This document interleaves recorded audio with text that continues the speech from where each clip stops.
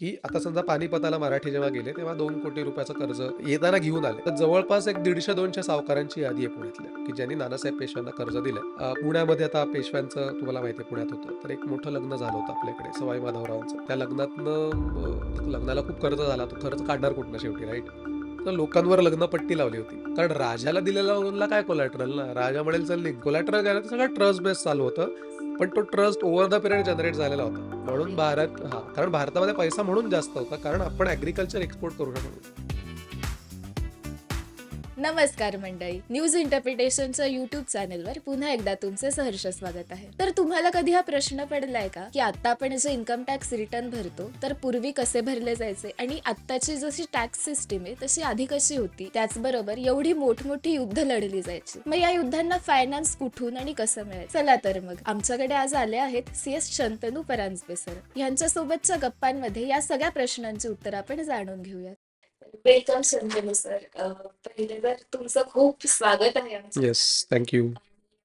कसे आहात तुम्ही? मी एकदम मस्त. ओके. जेव्हा आपण सीए म्हणतो तर सगळ्यात पहिले आपल्या डोळ्यासमोर येतं ते म्हणजे टॅक्स किंवा इन्कम टॅक्स रिटर्न. करेक्ट. मराठीत कर किंवा विवरणपत्र किंवा भारतात याचा उदय कसा झाला हे तुम्ही सांगू शकाल का? येस. भारतात कर प्रणालीचा उल्लेख आपल्याला खूपच प्राचीन काळापासून दिसतो. याच्यामध्ये एक महत्त्वाची गोष्ट किंवा जो ग्रंथ आपल्याला दिसतो, तो आहे अर्थशास्त्र कौटिल्याचा. जिथे आपल्याला खूप प्रॉमिनंट पद्धतीने टॅक्सेशन सिस्टम कशी होती किंवा ती इम्प्लिमेंट कशी केली जायची हे आपल्याला दिसतं. इन्कम टॅक्स बरोबर आत्ता आपल्याकडे डिस्टिंक्शन आपण केलंय बरोबर, की इन्कम टॅक्स आणि जी-एस-टी किंवा डायरेक्ट आणि इनडायरेक्ट असं आपण म्हणू. पूर्वीच्या काळात there was no distinction as such, की हा डायरेक्ट आहे किंवा हा इनडायरेक्ट आहे. असं डिस्टिंक्शन त्याच्यात काही नव्हतं. जो कुठलाही कर असायचा, तो ठराविक गोष्टींवर लावला जायचा. आता तुम्ही त्याला काही गोष्टींना आपण आता कॅटेगराईज करू शकतो, की अरे हा डायरेक्ट आहे, हा इनडायरेक्ट आहे. तर त्यावेळेला असं डिस्टिंक्शन अजिबात नव्हतं. कुठल्याही प्रकारचा कर कलेक्ट करण्याचा अधिकार कोणाला होता? तर राजाला होता. आणि अर्थशास्त्र काय सांगतं, तर राजाला कर कशासाठी कलेक्ट करायचा आहे? तर राज्य व्यवस्थित चालावं यासाठी त्यांनी अ, जे काही टॅक्स कलेक्ट करायचा आहे, तो करायचा आहे. पण नुसतं कलेक्ट करताना त्यांनी अशा प्रकारे कलेक्ट करायचं, की लोकांना त्याचा त्रास होऊ नये. सो त्याच्यामध्ये ते असं स्पष्ट म्हणतात, की राजाला कराची हाव असू नये, की there should not be any kind of greed. So tax collection जो करायचा आहे, तो अशा पद्धतीने करायचा आहे, की त्याचा जो बेस आहे लोकांचा, ज्याला आपण टॅक्स बेस म्हणतो, तो कुठेही हॅम्पर नाही होणार. म्हणजे आज जर मी इमॅजिन करा, की आता जेव्हा भारत स्वतंत्र झाला, तेव्हा आपला टॅक्स रेट वॉज अबाव 80% 90% एवढा होता. सो एवढा जास्त tax rate is very डेट्रिमेंटल for the growth. So मग कौटिल्याच्या ह्यानी काय म्हणतो, की तुम्ही 5% लावा, तुम्ही 10% लावा आणि लेट दॅट टॅक्स ब्रेथ जो काही तुमचा बेस असेल, तो वाढायला मदत करा. सो टॅक्स कसा लावावा याचं सुरुवातीला सांगतो, की लावताना तुम्ही अशा प्रकारे लावा, की टॅक्स बेस हॅम्पर होणार नाही. हे बेसिक प्रिन्सिपल्स त्याने सांगितलेत टॅक्सेशनचे. आपण पर्सेंटेज वगैरे खोलात नको जायला, कारण काय प्रत्येक गोष्टींवर वेगवेगळे पर्सेंटेज तेव्हाच्या काळातही होते, आत्ताच्या काळातही आपल्याकडे आहे, की आत्ताच्या काळात पण पण दूध वगैरे फ्री ऑफ कॉस्ट केलंय. किंवा एक्झेम्पशन दिलेलं आहे जी-एस-टीमध्ये वगैरे. But at that time there was no exemption on items. अच्छा. प्रत्येक गोष्टीला टॅक्स होता. म्हणजे तुम्ही काहीही प्रोड्यूस करा. कारण इंडस्ट्रियल रिव्हॉल्यूशन झालेली नव्हती. ती आपल्याकडे आत्ता झाली आहे. तेव्हाच्या काळात शेती वॉज द मेन बिझनेस होता. त्यामुळे जर त्याच्यावर टॅक्स लावला नाही, तर माझ्याकडे उत्पन्नच जनरेट होणार नाही. त्यामुळे तुम्ही काहीही प्रोड्यूस करा, त्याच्यावर टॅक्स लागणार आहे आणि ते पुढच्या काळात बदलत गेले. म्हणजे थोडक्यात हे जे टॅक्सेशन सिस्टीम होती त्याचं म्हणणं असं होतं की तुम्ही टॅक्स लावा पण कुणाला तरी खूप जास्त correct, basic needs correct. Correct. आणि मग तू उदाहरण घेतलंस तर किती टॅक्स रेट होता? तर average tax rate comes to 1/6 म्हणजे around 15%. So that was the average tax rate. मग जास्त स्ट्रेच होऊन तो 20-22 पर्यंत जायचा आणि कमी होऊन तो मे बी 8-7 पर्यंत टॅक्स रेट यायचा. एक्झेम्पशन्स होते. एक्झेम्पशन्स लोकांना होते. म्हणजे काही ठराविक मे बी ठराविक कास्टचे असतील किंवा ठराविक स्टेटसची लोकं असतील. त्यांना कंप्लीटली टॅक्स एक्झेम्पशन होतं. किंवा टॅक्स रिबेट दिले जायचे, की बाबा यावर्षी पाऊस झालेला नाहीये, तर तुमचं उत्पन्न अ, नाही झालेलं, तर तुम्ही टॅक्स देऊ नका. तर ते रिबेट्स होते. पण असं नाहीये, की मग आता आपल्याकडे असतं ना, की एकदा रिबेट दिला, की मी पुढच्या वर्षी ते विसरून जायचं रिबेट, राइट? पण त्यावेळेला तसं नाही. तुला यावर्षी रिबेट देतोय कारण तुला पाऊस पाऊस नाही पडलेला आणि उत्पन्न नाही आलेलं. बट नेक्स्ट इयरला जर चांगला पाऊस झाला, चांगलं उत्पन्न आलं, तर मी मागच्या वर्षीचंही घेणार आहे. हां, सो मी या वर्षीचा टॅक्स मी फॉरगो नाही करत आहे माझं उत्पन्न. अच्छा. मी फक्त त्या वर्षी रिबेट देतोय. बट तुला टॅक्स द्यायचा आहे दॅट इज कंपल्सरी. दुसरा टॅक्स लागायचा व्यापाऱ्यांवर. मग व्यापारी लोकांवर. मग कौटिल्य हेही म्हणतो, की व्यापारी लोकांवर टॅक्स लावणं का गरजेचं आहे? कारण राजा व्यापारी लोकांना संरक्षण देतोय. सो जर टॅक्स लावला नाही, तर राजाकडे रिस्पॉन्सिबिलिटी येणार नाही प्रोटेक्शनची. आणि जेव्हा राजा व्यापार प्रोटेक्ट करतोय, तेव्हाच तो व्यापार वाढतोय पण. न तो कोणतरी दुसरा येऊन लुटून वगैरे जाण्याची शक्यता आहे. आणि त्यामुळे तुम्ही व्यापारी लोकांवर टॅक्स लावला पाहिजे. म्हणजे अर्थशास्त्र पहिले राजाला सांगतं, की तू टॅक्स लाव. कर घेणं एक कंपल्सरी आहे राज्य चालवायचं असेल तर. हे तो राजाला पहिले सांगतो. हे सांगितल्यावर तो सांगतो, की कसा लाव. सो हे सगळे झाले रेट्स आहे. मग त्याच्यात अजून डिटेलमध्ये शिरलो तर आपल्याला इम्पोर्ट ड्युटी जशी आपल्याकडे आत्ता आहे. ज्याला आपण अँटी डंपिंग ड्युटी म्हणतो, की चायनामधनं आपण माल भारतात आणतोय, जो भारतात प्रोड्यूस नाही होत आपल्याकडे. आणि मग चायनाने असा खूप डंप करायला सुरुवात केली, तर आपल्या इथले रोजगार किंवा आपल्या इथले उद्योग मरून जातील सगळे. सो जशी आपण अँटी डंपिंग ड्युटी लावतो, तशी तेव्हा इम्पोर्ट ड्युटी होती. सो राज्याच्या बाहेरनं कुठलाही माल जर मी आणला आणि माझ्या राज्यामध्ये विकायचा असेल मला, तर मला इम्पोर्ट ड्युटी द्यावी लागायची. जी आत्ताही आहे, ज्याला कस्टम्स आपण म्हणतो. जकात नाके. जकात तर आपल्याकडे पूर्वी पण होता. ऑक्ट्रॉय पूर्वी होता. आत्ताही होता ऑक्ट्रॉय आणि आधीपासून चालत आलेला आहे. सो आपला बेसिकली काय आहे ना, टॅक्स सिस्टम बदललेलं नाहीये काही. टॅक्स सिस्टम सेमच राहिले 2000 वर्षांपासून. There is nothing any change has been done. Yes. तर सर आता तुम्ही हे सांगितलं तर आपल्या भारतात खूप सारे राजवटी होत्या आणि करेक्ट, संस्थान वगैरे बऱ्याच गोष्टी. करेक्ट. तर या सगळ्यांचं पण असं सिमिलरच असायचं की त्यांच्यात पण काही काही विविधता असायची. नाही, बऱ्यापैकी सिमिलर पद्धत होती. कारण काय व्हायचं, जर एखादा आता it depends on raja to raja. पण बऱ्याच वेळेला काय होतं, जेव्हा एखाद्या राजाकडनं दुसऱ्या राजवटीने ते राज्य जिंकून घेतलंय, तर अनेक वेळेला तो राजा स्वतःचे नियम लावायचा. टॅक्स कलेक्शनचे. मे बी पर्सेंटेजमध्ये फरक असेल किंवा आपल्याकडे जेव्हा इस्लामिक इन्व्हेजन झालं, तेव्हा हिंदूंवर वेगळे टॅक्स होते, मुसलमान लोकांवर वेगळे टॅक्स रेट होते. That was their policy. पण बऱ्याच वेळेला जर चांगलं सक्सेशन व्हायचं असेल, तर नवीन आलेल्या राजाने जर असे काही टॅक्स रेट लावले, जे त्या लोकांना सुटेबल नाहीयेत, तर लोकं उठाव करायचे, की तसे रेट चालणार नाहीत म्हणून. बट प्रत्येक राजा वेगवेगळ्या प्रकारचे त्याला नावं वेगवेगळी द्यायची. उदाहरणार्थ पुण्यामध्ये आता पेशव्यांचं तुम्हाला माहिती आहे पुण्यात होतं. तर एक मोठं लग्न झालं होतं आपल्याकडे सवाई माधवरावांचं आणि त्या लग्नातनं लग्नाला खूप खर्च झाला. तो खर्च काढणार कुठनं शेवटी राईट? तर लोकांवर लग्नपट्टी लावली होती. हां, म्हणजे त्या लग्नाचा खर्च वसूल करण्यापुरता तो टॅक्स. सो काही-काही टॅक्स असे ऑकेजनल होते. अच्छा. म्हणजे ते तेवढ्यापुरते होते किंवा एखादा युद्ध झालं, तर फक्त त्या युद्धापुरता टॅक्स. अच्छा. हां, किंवा एखादा मोठा महाल बांधायचा असला, तर फक्त तेवढ्यापुरता टॅक्स लावायचा. वर्षभरात तो खर्च रिकव्हर करायचा. सो पर्मनंट टॅक्स हे प्रोडक्शनवर होते. मग तू त्याला म्हणू शकता इट्स अ डायरेक्ट टॅक्स. कारण it is directly linked to what you produce, what you earn. But हे जे ॲडिशनल लागतात वरती, हे काही हे राजाच्या मनात आहे. कारण लोकशाही नव्हती ना. तू कसं ठरवणार, की म्हणजे आत्ता आपण ठरवू शकतो, की एखादी राजवट मला नाही टॅक्स रेट फेव्हरेबल आहे, तर सगळे लोकं एकत्र येऊन बदलू शकतात. At that point of time there was no option. राजाने लावला तर लावला. आता काय करणार? भरायला लागणार आहे कंपल्सरी. आणि राजाकडे सैन्य होतं. त्या सैन्याला पगार तो याच टॅक्समधनं द्यायचा. So it was a circle. हां, तुम्ही टॅक्स दिला. तुम्हाला प्रोटेक्शन मिळेल, but protection was not guaranteed. हो. हां, सो ह्याच्यामध्ये खूप म्हणजे आत्ता आपण म्हणतो ना, की अरे आत्ता लोकशाही आहे बिकॉज प्रोटेक्शन इज गॅरंटेड. तुमच्याकडे न्याय व्यवस्था आहे, पोलीस डिपार्टमेंट्स आहेत, सगळे आणि यू कॅन गो अँड तुम्हाला न्याय मिळू शकतो तुम्हाला. At that point of time there was no such system. म्हणजे तुम्ही टॅक्स द्या, पण आय डोंट गॅरंटी की शत्रू हल्लाच नाही करणार किंवा शत्रूने हल्ला केल्यावर तुझ्या घराला त्रासच होणार नाही, ही माझी गॅरंटी नाहीये. म्हणजे मी तुझ्याकडे टॅक्स पण घेतोय, पण तुला मी गॅरंटी पण देत नाहीये. आणि या लूपहोलमुळे कारण हे बेसिकली लूपहोल काय मोनार्की आहे, त्यामुळे ऑप्शनच नाहीये. याच्यामुळे अनेक राजांनी एक्सप्लॉइट केलं. पण मग आपल्याकडे शिवाजी महाराजांचं उदाहरण आहे, की मग तिथे एक्सप्लॉयटेशन झालं नाही. बरोबर. मीन्स सो रामराज्याचं पण. Correct. So there was no exploitation. So असे पण राजे आहेत, की त्यांनी एक्सप्लॉइट नाही केलं. बट अगेन की there was no it's what not agreement, की तू मला टॅक्स दे, मी तुला हे देतो, प्रोटेक्शन देतो. पण हे राजाची कर्तव्य होती. सो आपल्याकडे आता ही अर्थशास्त्र म्हणा, या सगळ्या ग्रंथातनं जी राजाची कर्तव्य सांगितलेली आहेत, ती पुढच्या पिढीकडे पास ऑन झाली. So that was a formal way of education, की राजाने कसं राज्य केलं पाहिजे, काय केलं पाहिजे आणि शेवटी प्रत्येकाला जास्त टॅक्स हवाच आहे. मग प्रत्येक राजा व्यापाऱ्याला प्रोत्साहन द्यायचा, की अधिक-अधिक नवीन-नवीन टॅक्स आपल्याला मिळत जाईल किंवा जास्त लोकं येतील, व्यापार करतील, त्यातनं आणखीन टॅक्स जनरेट होईल. तुम्ही आता म्हणालात की तसे लोकांना सपोज पटलं नाही तर ते विरोध वगैरे करायचे. करेक्ट. कधी कोणत्या 2 राज्यांमध्ये या कर प्रणालीमुळे किंवा कराची जी काही मेथड होती 4 मेथड होती करण्याची. त्याच्यामुळे कोणतं युद्ध झालं? नाही तसं नाही व्हायचं. बट टॅक्समुळे युद्ध झालंय असा प्रकार नाही व्हायचा. बट युद्ध कशामुळे व्हायची? एकतर टेरिटोरियल एक्सपान्शन, की अ, जर राजा एखादा ॲम्बिशियस असेल, तर माझं राज्य छोटंसंच आहे, शेजारच्याचं अजून माझ्यापेक्षाही छोटं आहे, तर मी जाऊन ते माझ्या राज्यात जोडतो. टेरिटोरियल एक्सपान्शन हा एक भाग होता, की माझं राज्य अजून वाढेल. दुसरा भाग असायचा, की राज्य वाढल्यामुळे जास्त एरिया मला मिळतो आणि जास्त टॅक्स मी कलेक्ट करू शकतो. करेक्ट. सो ज्याला आता पूर्वीच्या काळात आपल्याकडे सुभा नावाचा प्रकार होता. सो सुभा जसे आपल्याकडे राज्य आहेत तसे सुभा असायचे.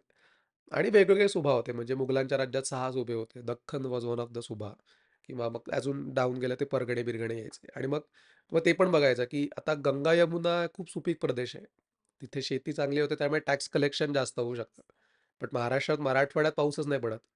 काही पिकतच नाही तर टॅक्स कुठनं कलेक्ट करणार? सो मग राजा शेवटी असं बघायचा, की मला कुठला एरिया कॅप्चर करायचा आहे. स्वतः मराठ्यांनी सुद्धा उत्तरेत जेव्हा आक्रमण केलं, तेव्हा माळवा जिंकला. माळवा म्हणजे सध्याचा भोपाळ, हा सगळा भाग जो सुपीक होता. फेव्हरेबल आपल्या राज्याला कोणतं आहे? बास. ते त्या बघायचं. पहिले त्या प्रदेशावर तो प्रदेश पहिले ताब्यात घ्यायचा, जिथनं आपल्याला उत्पन्न जनरेट होणार आहे. जिथे मी ज्या एरियात मी जातोय, त्या एरियातल्या जमिनीमधनं जो काही टोटल रेव्हेन्यू कलेक्ट होतोय, त्या रेव्हेन्यूचा 1/4 शेअर कलेक्ट करण्याचा अधिकार माझा आहे. सो चौथाईचा हक्क असायचा. म्हणजे मी मे बी त्या राज्यावर राज्य नाही करत आहे, पण त्या राज्याचा चौथाईचा हक्क माझ्याकडे. सो अशा प्रकारची ॲग्रीमेंट व्हायची, की मी राज्य नाही करत, मी चौथाई कलेक्ट करतोय. पण माझं राज्य असेल तर मीच कलेक्ट करणार. जे जे राज्य करतायत त्यांना वेगळं प्लस ही चौथाई वेगळी नाही, नाही. अशी. राज्य करणाराच चौथाई असायचा. मग तो राज्य करणारा कलेक्ट नाही करणार. जर मी दुसऱ्या कोणाला हक्क दिले असतील ना, तर I will not collect. So revenue हे कसं आहे ना, taxation is one part, but revenue collection is different. राजा फक्त टॅक्सेशन लावणार. राजा जाऊन स्वतः कधीच कलेक्ट नाही करायचा. राजा कोणाला नेमायचा? मग पाटील आहेत, देशमुख आहेत. So these were the agents. आणि देशमुखीचे वगैरे सगळे हक्क असायचे. आणि तो हक्क समजा मी ₹1,00,000 तुला विकला. समजा, तर तू 1,00,000 दरवर्षी भरणार आणि तू लोकांकडनं टॅक्स वसूल करणार. जे देशमुख पाटील यांचं काम असायचं मी त्या बास, शेतकऱ्यांकडून बास. पैसे वसूल गोळा करणार करणार. आणि नाही, राजाला पण सगळे नाही सबमिट करणार. सो राजा आणि देशमुखामध्ये अग्रीमेंट होणार, की वर्षाला तुम्हाला ₹1,00,000 द्यायचेच. अच्छा. I don't care. तू तिथनं तू 1,20,000 पण कलेक्ट कर. अच्छा. तर त्यामुळे आपल्याकडे असंही व्हायचं, की राजाला 1,00,000 दिल्यावर तो देशमुख कसंही कलेक्ट करणार ना. सो एक्सप्लॉयटेशन हे खालच्या ह्यानी पण व्हायचं. बरोबर. करेक्ट. सो प्रत्येक प्रत्येक राज्यात वेगवेगळी मेथड होती. पण मग टॅक्स जास्त आहे म्हणून मी हल्ला करतोय असं नाही होणार. मी उलट जाऊन जास्त लावीन. की हे ऑलरेडी एवढे देतायत हां, तर मी ऑलरेडी एवढं अजून देतायत, मी एक अजून लुटतो त्यांना. राइट. कारण समजा मी महाराष्ट्रात राज्य करत असेल, तर महाराष्ट्रातली जनता मला फेव्हरेबल आहे, एका लँग्वेजमधली आहेत. दुसऱ्या स्टेटमधल्या ना, emotional there is no emotional connect as such ना. सो आय डोंट केअर त्यांचं काय होतंय. त्यामुळे जाऊन लुटालूट करणं हे तर खूप चालायचं. म्हणजे lutalut is not a form of taxation. ते जाऊन सरळ लुबाडणं आहे. पण टॅक्सेशनसाठी युद्ध नाही. युद्ध ऑल्वेज टेरिटोरियल एक्सपान्शन आणि रेव्हेन्यू कलेक्शन. म्हणजे instead of taxation I would term is की मी तिथे जाऊन राज्य माझ्या ताब्यात आल्यावर I get a right to collect a revenue. आता ही जी युद्ध व्हायची म्हणजे अदर दॅन टॅक्स वगैरे कोणती युद्ध करेक्ट. व्हायची तर ह्याला खूप सारे पैसे पैसे लागायचे. लागायचे. अगदी, तर अगदी. त्याचा वित्त पुरवठा किंवा आता आपण ज्याला फायनान्स म्हणतो करेक्ट, ते कसं ते गोळा करायचे? करेक्ट. आता 2 पद्धती आहेत. एक सगळ्यात मी चांगलं उदाहरण देतो ते म्हणजे पानिपत युद्धाचं. त्याच्यामध्ये मराठे उत्तरेमध्ये लढाई लढण्यासाठी गेलेले होते. आता त्या लढाईला जवळपास 1.5-2 कोटी खर्च आला. तर 2 मेथड आहेत त्यातनं पैसे रेज करायचे आणि हे आपण आत्ताच्या काळाला रिलेट करू. एक मेथड अशी आहे किंवा एक भाग त्यातला असा आहे, की जो तुम्ही तुमच्या उत्पन्नातला लावाल. म्हणजे रेव्हेन्यूमधनं you will allocate certain percentage to that expenditure आणि जर तुमच्याकडे नाहीये ते लोन म्हणून उचलाल. म्हणजे आत्ताच्या काळातलं उदाहरण घेऊ आणि मग मी युद्धाचं सांगतो, की आत्ता समजा मला एखादा ब्रिज बांधायचा आहे गव्हर्नमेंटला. त्या ब्रिजचा खर्च 1,000 कोटी येणार आहे. पण त्या 1,000 कोटीमध्ये माझ्याकडे फक्त रेव्हेन्यूमधनं 500 कोटी येणार आहेत. पण उरलेले मला कुठनं तरी उभे करायला लागणार, right? So I will take a loan then आणि मग ते लोन मी फेडत बसेन. मग मी ते लोन कसं फेडणार? मी त्या रस्त्यावर टोल लावणार. टोलच्या इन्कममधनं मी ते रेव्हेन्यू फेडणार. So this is the current system. Same system तेव्हा पण होती, की आता समजा पानिपताला मराठे जेव्हा गेले, तेव्हा ₹2,00,00,000 कर्ज येताना घेऊन आले, राइट? सो असा तर प्लॅन नव्हता, की कर्ज घेऊन यायचा, कारण जिंकून येणार असं आपल्या डोक्यात होतं, राइट? सो जाताना तर खूप कर्ज काढलं. म्हणजे पुण्यातले जवळपास म्हणजे आपल्याकडे एक पत्र आहे. हे पत्र थोडंसं नंतरचं आहे 1862 1762चं वगैरे. तर जवळपास एक 150-200 सावकारांची यादी आहे पुण्यातल्या, की ज्यांनी नानासाहेब पेशव्यांना कर्ज दिलंय आणि प्रत्येक कर्जचे रेट वेगवेगळे आहेत. सो काही 12% ने, काही 15% आहेत. काही 9% कर्ज दिलेली आहेत. सो पहिले थोडाफार ट्रेझरीमधलं घेऊन गेलेले होते. थोडंफार कर्ज उचललं होतं आणि तो कर्ज कशासाठी घेतला तर खर्चासाठी. कारण प्रोलॉन्ग 1-1.5 महिन्या 1-1.5 वर्षाची मोहीम होती ना. सो 1-1.5 वर्षाचा रोजचा पगार द्यायचा, रोजचं जेवण द्यायचं, 2 लाख लोकांना हे करायचं वगैरे आणि जाता-येता पण रेव्हेन्यू कलेक्ट करत जातच होते. सो बेसिक सगळं घेऊन गेले आणि प्लॅन तर नव्हता हारायचा. पण युद्धात हारले. आता युद्धात हारले म्हटल्यावर तिथनं काही रेव्हेन्यू जनरेट नाही झाला. कारण समजा मी जिंकलो असतो, तर मी आजूबाजूच्या लोकांकडनं 2 कोटी वसूल केले असते आणि इकडे येऊन कर्ज फेडलं असतं. पण मग ते तर काही झालं नाही. त्यामुळे परत आले तेव्हा देर P&L जर मांडलं आपण, तर सगळं लॉसच आहे. रेव्हेन्यू साइडला रेव्हेन्यू 0 आणि एक्सपेंडिचरला सगळं एक्सपेंडिचर आहे. सो इव्हेंच्युअली नेट लॉस आहे. सो माझ्या बॅलन्स शीटला एका साइडला लायबिलिटी आहे आणि एका साइडला ॲसेट झालीच नाही क्रिएट. एका साइडला फक्त लॉसच राहिला. सो जे पत्र आहे त्या पत्रात उल्लेख काय आहे, की नानासाहेब पेशव्यांना ते कर्ज फेडायचं होतं पूर्ण. मग ते फेडताना त्यांनी काय सांगितलं, की इंटरेस्ट नाही देणार. प्रिन्सिपल देतो. मुद्दल देत. मुद्दल देतो किंवा तुझं 18% आहे ना, तू 18% नाही घ्यायचा. मग त्याने असे काट मारलेत, की मंथली 1.5% असेल तर स्लॅश मारून 1 आकडा लिहिलाय. म्हणजे मंथली 1% देणार. जे 12% होते त्यांना स्लॅश मारून 6% वर्षाचे मिळणार. जे 6-9% ला होतं ते शून्य विसरून जायचं. पण प्रिन्सिपल कोणाचं नाही बुडवलं. 1.5 कोटीच्या 1.5 कोटी सगळं फेडलं. ते फेडलं कसं पर्सनल ट्रेझरीमधनं फेडलं. म्हणजे त्यांना वैयक्तिक ज्या गोष्टी दिलेल्या होत्या, वैयक्तिक त्यांची वैयक्तिक जी जहागीर होती, त्या जहागिरीतलं जे इन्कम होतं त्यातनं त्यांनी ते फेडून टाकलं. बट कलेक्शन जे म्हणजे काय कुठल्याही युद्धाला जेव्हा पैसे कलेक्ट करायचे तेव्हा कर्जातनंच कलेक्ट करायचे. आणि सावकार पण कर्ज का द्यायचं इन द होप की हे जाऊन युद्ध जिंकतील. युद्ध जिंकल्यानंतर तिथनं रेव्हेन्यू आणतील आणि रेव्हेन्यूमधनं मला इंटरेस्ट सकट देतील. सो अशी पद्धत लागलेली होती. म्हणजे थोडक्यात असं थोड्याफार विश्वासावर विश्वासावर चालायचं. हां. की आपल्या राजावर करेक्ट, करेक्ट. कारण त्या त्या लोनला कोलॅटरल काही नव्हतं. कारण राजाला दिलेल्या लोनला काय कोलॅटरल ना? राजा म्हणेल चल निघ. बरोबर आहे. कोलॅटरल काय नव्हतं, सगळं ट्रस्ट बेस चालू होतं. पण तो trust over the period generate झालेला होता, की तुमचं भारतभरचं सगळं साम्राज्य असेल आणि ऑब्व्हियसली स्टेबल साम्राज्य आहे, त्यामुळे लोन परत मिळण्याची चान्सेस. चान्सेस जास्त आहेत. आणि तेव्हा कंप्लीटली जी पॉलिटिक्स होतं त्या काळातलं पुण्यातलं, it was little bit caste based. So loan देणारे किंवा लोन घेणारे एका कास्टचे असल्यामुळे त्यांच्यात एक ट्रस्ट तयार झालेला होता. त्यामुळे लोन घेतलंय ते पण मी गावातल्या माणसाकडनं घेतलंय. म्हणजे मी पुण्यातनं निघतोय आणि कुठलंतरी राजस्थानमधलं लोन उचलतोय असं नव्हतं.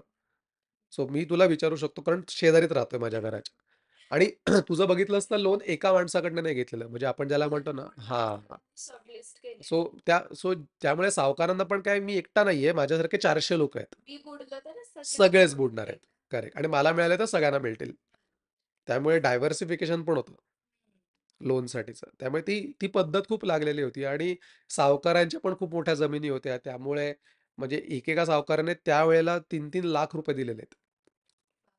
1761 मध्ये 3 लाख रुपये एका माणसाला कर्ज दिलेलं आहे. असे ते बऱ्याच लोकांना देत होते आणि बाकीच्यांना 36% रेट होता. राजा म्हणून राजा म्हणून 12%. सो आयडियल रेट म्हणजे मी आय वॉज कंप्लीटली शॉक की मी 2000 वर्षांपूर्वी जेव्हा कर्जाचा रेट बघतो आणि आत्ताचा रेट बघतो, 2000 वर्ष 12% हा कॉन्स्टंट राहिलाय. म्हणजे कुठेही 12चा 1% आला नाही किंवा 50% झाला नाही. एक्सप्लॉयटेशन असेल की 36 घेतला असेल, कोणी 48 घेतला असेल. बट ते म्हणजे ते काही रिटर्न नसतं. म्हणजे ते it is not a formal way. आता पण आपण बघितलं तर 12%चे पर्सनल लोन इन्व्हेस्ट ते पण आहेतच की 24% जास्त आहेत. Credit card 18%. पण तू फॉर्मल वेनी गेलीस, बँकिंग चॅनलमधनं तर पर्सनल लोनला 12%च आहे. सो फॉर्मल चॅनलमधला रेट ऑफ इंटरेस्ट हा 2000 वर्ष एकच राहिलेला आहे. चलनाची व्हॅल्यू कमी जास्त झाली. रेट तो करेक्ट. कॉन्स्टंट. म्हणजे आजचे ₹10,000 वरचे 12% आणि 1761 मधले 3,00,000 वरचे 12% ही व्हॅल्यू वेगवेगळी आहे, but the rate has remain constant. Yes. हे जे युद्ध वगैरे व्हायचं हे जनरली आपले वर्चस्व प्रस्थापित करेक्ट, करायला व्हायचे. करेक्ट, तर वर्चस्व आपण केव्हा स्थापन करतो इव्हन आपण हे पण एक्झाम्पल बघितलं की ईस्ट इंडिया कंपनी भारतात आली ती पण व्यापार करायला. करेक्ट. मग तेव्हाची व्यापार व्यवस्था कशी होती की ईस्ट इंडिया कंपनीच्या वेळेची काही इन जनरल भारतातली. आता भारतातला व्यापार म्हणजे तू बऱ्याच वेळेला रील्स बघितले असेल, की इंडिया वॉज हॅव्हिंग किती 30-40% जी-डी-पीतला शेअर होता 2000 वर्षापूर्वी वगैरे. So that is true. सगळ्यात जुन्या व्यापाराचे आपल्याला जे उल्लेख मिळतात, ते उल्लेख हडप्पा संस्कृतीपासून आहेत, की आपल्या देशातनं काही गोष्टी युरोपियन कंट्रीजमध्ये, आफ्रिकन कंट्रीजमध्ये, म्हणजे तेव्हाच्या कंट्रीजमध्ये एक्सपोर्ट केल्या जायच्या. मग त्याच्यामध्ये काय असायचं, की आपल्याकडे एक निळ्या रंगाचा दगड मिळायचा. त्या दगडातनं तुला रंग तयार करता यायचा. म्हणजे त्या दगडाची पूड करायची आणि ती पूड पूड तू रंग म्हणून अप्लाय करू शकतेस. म्हणजे आपल्या इथल्या अजिंठा वगैरे लेण्यांमध्ये जो काही निळा रंग दिसतो, तो निळ्या रंगाचा दगड आहे तो भारतात सापडायचा. आणि तो खूप कॉस्टली होता. त्यामुळे तो भारतातनं एक्सपोर्ट व्हायचा. मसाले एक्सपोर्ट व्हायचे. तेव्हापासून एक्सपोर्ट व्हायचे. हस्तिदंत एक्सपोर्ट व्हायचे, दागिने एक्सपोर्ट व्हायचे, सोनं इम्पोर्ट व्हायचं, पण दागिने एक्सपोर्ट व्हायचे. म्हणजे आपल्याकडे कारागिरी करायचे लोकं, की तिकडनं सोनं आणणार, मी ते छान त्यातनं दागिना करणार आणि तो दागिना मी एक्सपोर्ट करणार. सुरत परत सगळे. सो आपल्याकडे ही सगळी बेटं होती. म्हणजे सुरत किंवा महाराष्ट्रात जर बघितलं आपण तर तुझ्याकडे चौल माहिती असेल रायगड जिल्ह्यात, ते बेट होतं, बंदर होतं. नालासोपारा मोठं बंदर होतं. डहाणू मोठं बंदर होतं. कारण मुंबई तर बेटं होती. म्हणजे आत्ता सगळं जोडलंय. पण पूर्वी ती 7 बेटं होती वेगवेगळी. तर तिथे सगळं मोठी-मोठी बंदरं होती. तिथे शिप्स लागायच्या. हे 2,000-2,500 5,000 वर्षांपासून आपल्याकडे या जहाजातनं व्यापार सुरू व्हायचा. सो हा झाला international trade. Then there is domestic trade जर तुझ्या इंटरनल देशामध्ये एका राजवटीतनं दुसऱ्या राजवटीमध्ये होतोय. मग त्याच्यामध्ये काय तर मोस्टली अन्नधान्याचे की एका ठिकाणी नारळ खूप जास्त होतंय, एका ठिकाणी होत नाहीये. तर तिकडनं इकडे आला किंवा लेट्स से श्रीलंकेच्या आसपास मोती होत आहेत, तर ते तू इम्पोर्ट तुझ्याकडे करते. सो अशा प्रकारचा ट्रेड जनरली व्हायचा. सो हा झाला डोमेस्टिक आणि इंटरनॅशनल असे दोन्ही प्रकारचे ट्रेड व्हायचे. इव्हन ईस्ट इंडिया कंपनीच्या वेळेला पण ट्रेड व्हायचे. फक्त झालं काय, की East India Company was a ruling party in India. So ruling पार्टीने ट्रेड करणं हे कंप्लीटली वेगळं आहे. म्हणजे त्यांचं मुख्य राज्य भारतात नव्हतं. त्यांचं मुख्य राज्य इंग्लंडमध्ये होतं. इंग्लंडमधली एक कंपनी भारतावर राज्य करत होती आणि नंतर इव्हेंच्युअली त्यांच्या राणीचंच राज्य आलं. त्यामुळे झालं काय, भारतातनं अगेन एक्सप्लॉयटेशन चालू झालं. की आता मँचेस्टरमध्ये तुला माहिती आहे की कापड बनवणाऱ्या जशा आपल्याकडे कापड गिरण्या होत्या, तशा त्यांच्याकडचं कापड गिरण्या होत्या. आणि मग झालं असं की आपल्याकडची क्वालिटी खूप जास्त होती आणि मग जास्त असलेला माल एक्सपोर्ट व्हायला लागला तिकडे आणि तिकडच्या मँचेस्टरमधल्या सगळ्या गिरण्यांवर फरक पडायला लागला.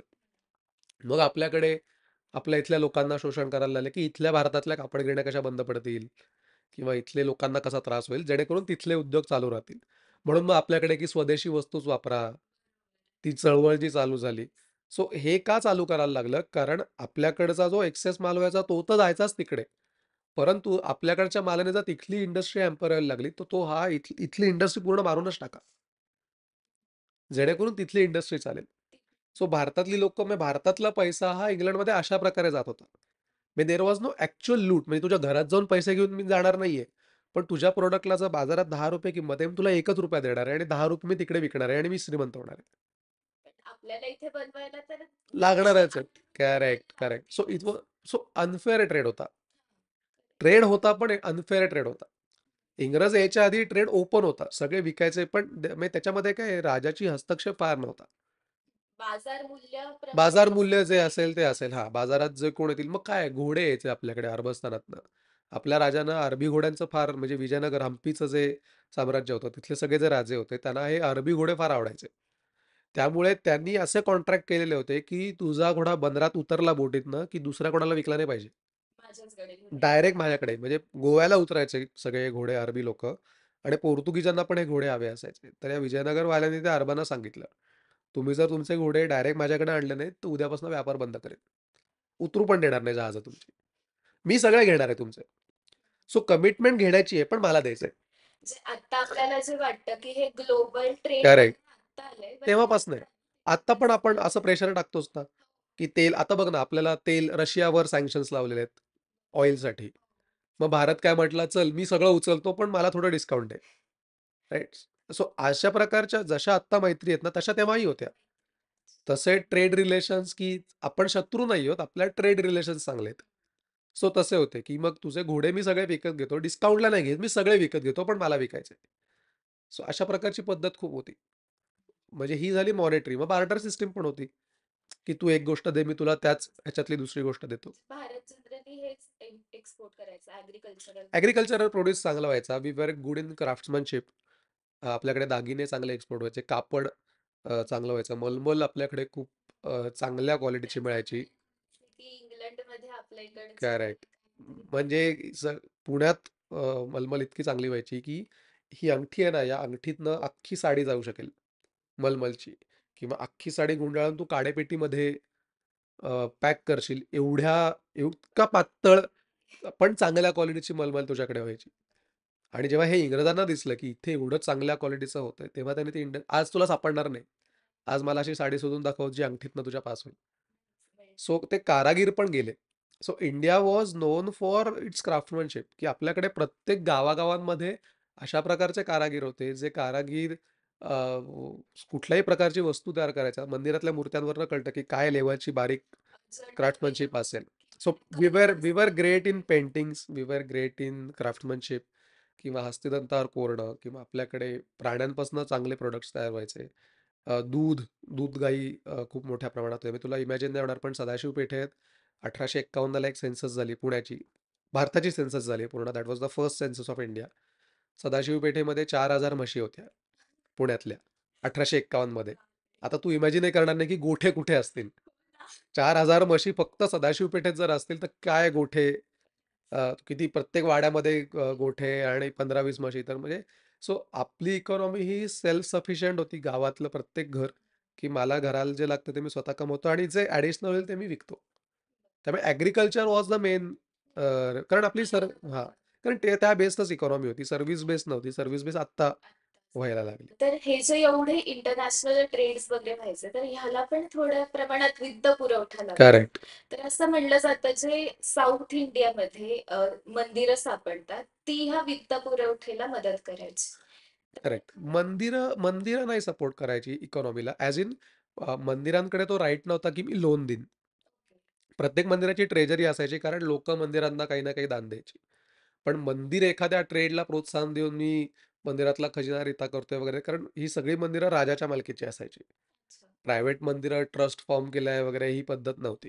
राजाच्या मालकीचं मंदिर त्यामुळे ट्रेजरी पण इव्हेंच्युअली राजाचीच झाली. कारण ते मंदिरच राजाने बांधलेलं आहे. राइट. सो ट्रेजरी ही राजवटीची ट्रेजरी झाली. व्यापाऱ्यांना वित्तपुरवठ्यापेक्षा व्यापाऱ्यांना संरक्षण दिलं जायचं आणि त्याच्यासाठी त्यांच्याकडनं कर घेतला जायचा. पण मी ₹1,00,000 लावलेत, की मी ट्रेड चॅनल ओपन करून देते वगैरे हा प्रकार होता. तू तुझं तू शोध. म्हणजे तुम्ही तुमचं बास, साधन बास. शोधा. ओके. पण मी मी कसं करीन आता उदाहरणार्थ लेट्स से समुद्र मार्गाने ट्रेड होतंय. तो ट्रेड होतोय तामिळनाडूमधलं चोलांचं राज्य आहे आणि तो ट्रेड होतोय साउथ ईस्ट एशिया म्हणजे सध्याचं थायलंड, मलेशिया इथे हा सगळा ट्रेड होतोय. तर राजा काय इन्शुअर करेल, की व्यापारी बोटींना मी माझ्यासोबत माझ्या संरक्षणाच्या 4 बोटी पाठवेन. म्हणजे सध्याही आपल्याकडे आता उदाहरणार्थ खूप चाचे हल्ले करतात राईट समुद्री चाच्यांचा. मग आपण काय करतो, की मग इंडियन नेव्ही पाठवतो आणि त्या व्यापारी बोटींसोबत त्या नेव्हीच्या बोटी जात राहतात. जेणेकरून बाहेरचा कोणी हल्ला करणार नाही. सो सेम पद्धत होती, की व्यापारी बोटींसोबत राजा संरक्षणासाठी त्याच्या बोटी पाठवेल आणि त्याच्यासाठी कर घेईल किंवा त्याच्यासाठी चार्जेस लावेल त्यातनं. हां. पण सेपरेट पैसे नाही देणार काही.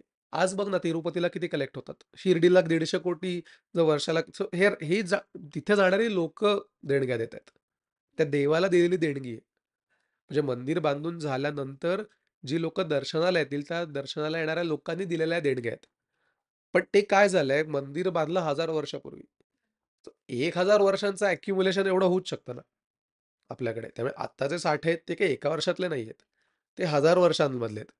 सो प्रत्येक वेळेला राजा पण काही ना काही देणग्या द्यायचाच, की काय दसरा आला, काय देवीचा उत्सव आला, तर राजा दर्शनाला गेला. मग जाताना मुकुट दिला, गळ्यातली माळ दिली देवीला. कारण त्याच्याकडे उत्पन्न भरपूर यायचं. So primary motive was to have a religious place. But राजा काय म्हणायचा, की मी जर लोकांना मंदिर बांधून देतो, तर मी पुण्याचं काम करतो.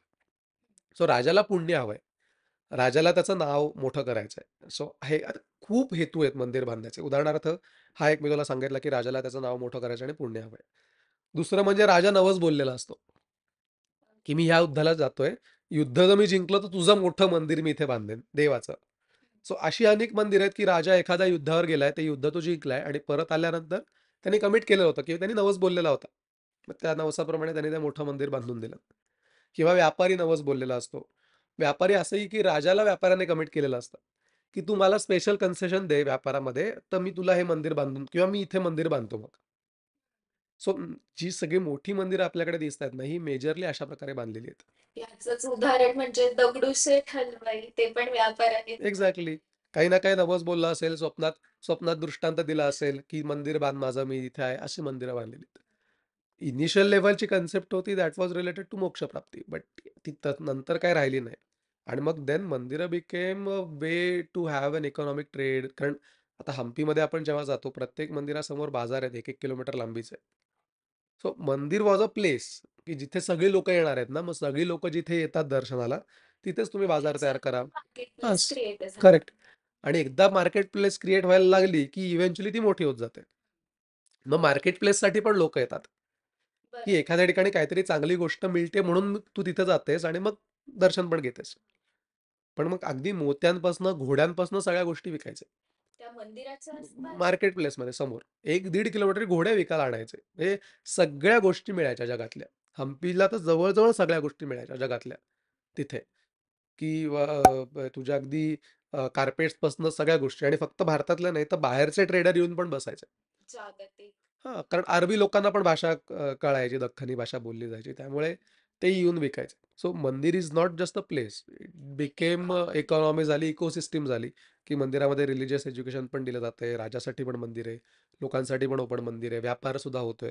कोविडमध्ये बघ आपल्याकडे मंदिरं उघडा सांगत होते. कारण एका मंदिरावर खूप लोकांचं पोट अवलंबून असतं. म्हणजे अगदी हार विकणारा असेल, नारळ विकणारा असेल किंवा लेट्स अज्युम पुजारी असतील, बरेच जण असतील किंवा त्याच्या आजूबाजूला राहणारी लोकं किंवा त्याच्या आजूबाजूला अ, जे कोण व्यापारी असतील, त्यांचं पण मंदिरावरच आहे. कंबोडियामध्ये एका देशाची इकॉनॉमी मंदिरावर डिपेंड आहे. अंकोर वाटमुळे त्या देशाची इकॉनॉमी चालते. उद्या जर अंकोर वाट त्यांनी बंद केलं, तर तो देश बंद होणार आहे. दे चार्ज किती dollar? They charge ₹10,000 for 3 days. 10,000 is just ticket. 3 दिवसांचं तिकीट आहे. आणि जर वर्षाला माझ्याकडे काही लाख लोकं येतात, तर मल्टिप्लाय बाय 10,000 हे फक्त तिकीटिंगमधनं मिळतात. मग माझी एअरवेज चालणार आहे. मग तिथे जाऊन लोकं राहणार आहेत. सो हॉटेलिंग चालणार, लोकं खाणार, लोकं फिरणार, लोकं विकत घेणार. सो नुसती एक जागा तिथे आहे, त्यामुळे माझी किती इकॉनॉमी वाढते. हो ना. बरोबर आहे. आत्ताच्या काळाला हे कसं रिलेव्हंट करता येईल आपल्याला, तर जी काही रिलिजियस साइट्स आहेत, ज्या मोठ्या आहेत भारतामध्ये, you can use those religious site to create a tourism centre. उदाहरणार्थ म्हणजे आपल्या इथला सरदार पटेलांचा पुतळा. खूप अनेक विरोध झाले, की एवढा खर्च का करताय असं-तसं, की मग पुतळ्याच्या म्हणजे लोकांनी हिशोब कसा लावला 3,000 कोटींना पुतळा बांधला, तर तिकिटामधनं 3,000 कोटी वसूल झाले पाहिजेत. जे होणार नाहीत ना. पण ते 3,000 कोटी वसूल कसे होतील? तिथे हॉटेल्स झाली.